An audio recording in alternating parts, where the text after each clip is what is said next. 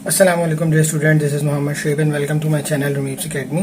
तो exercise number 1.4 का question number 2 और 3 करने से पहले हम लॉ ऑफ एक्सपोनेंट समझेंगे कि लॉ ऑफ एक्सपोनेंट क्या होते हैं। ठीक है, law of exponent basically in 5 laws में क्या नाम है डिवाइड हुए हुए हैं। ठीक है, बेसिकली बड़े आसान से हैं, बस नाम से मुश्किल लग रहा होगा आपको लॉ ऑफ एक्सपोनेंट। ठीक है, अभी हम करेंगे तो समझ में आ जाएगा। पहला लॉ है आपका law of product of powers. ठीक है, एग्जाम्पल से हम समझेंगे। फॉर एग्जाम्पल मेरे पास एक लिखा हुआ है ए की पावर 5 और एक लिखा हुआ है ए की पावर 3। ठीक है, तो law of product of power क्या होता है कि बेसिस सेम हो जाएंगी और पावर्स ऐड हो जाएंगी।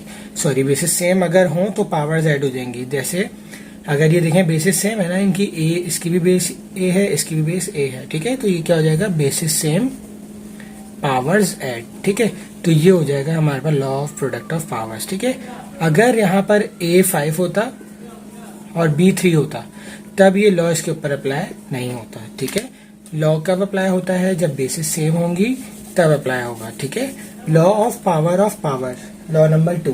लॉ नंबर 2 हमें कहता है कि अगर किसी बेस के ऊपर पावर हो और ब्रैकेट के ऊपर एक और पावर हो, ठीक है, तो फिर हम क्या करेंगे, जैसे यहाँ 3 लिखा हुआ है, यहाँ 2 कर देता हूँ फॉर एग्जाम्पल।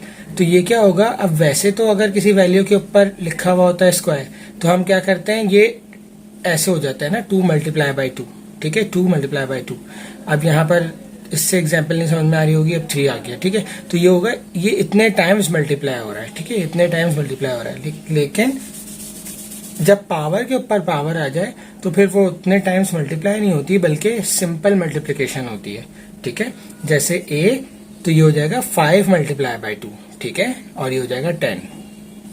ये ऐसे नहीं होगा कि 5 5 से 25, इस तरीके से फॉलो करेगा ये रूल को। ठीक है, नंबर 3 लॉ है आपका law of power of product. ठीक है, इसमें एग्जांपल लेते हैं हम के मिसाल के तौर पे ए बी सी और पावर है मेरे पास 5। ठीक है, तो law of power of product क्या कहता है कि भाई जो पावर है ना होल ब्रैकेट में, वो तमाम वैल्यूज के साथ, तमाम बेसिस के साथ क्या होगी, अप्लाई होगी।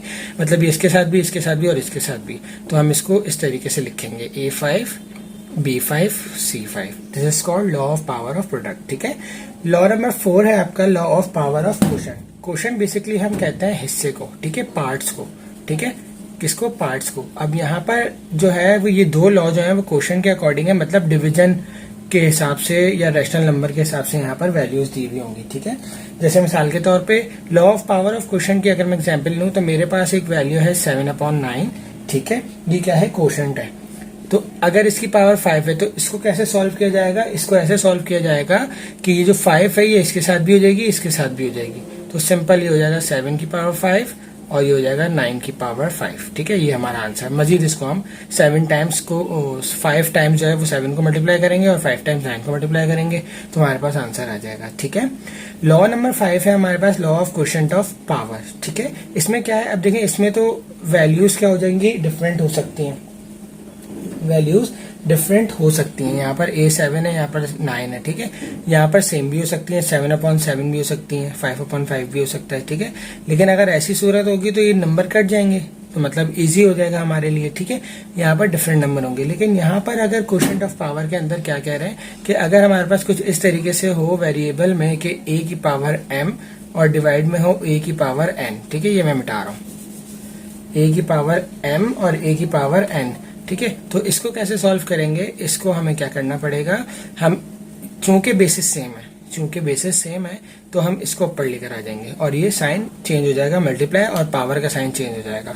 तो ये हो जाएगा a की power m, division sign multiplication में कन्वर्ट होगा और इसकी पावर जो है वो साइन चेंज हो जाएगा, प्लस है तो ये माइनस हो जाएगी।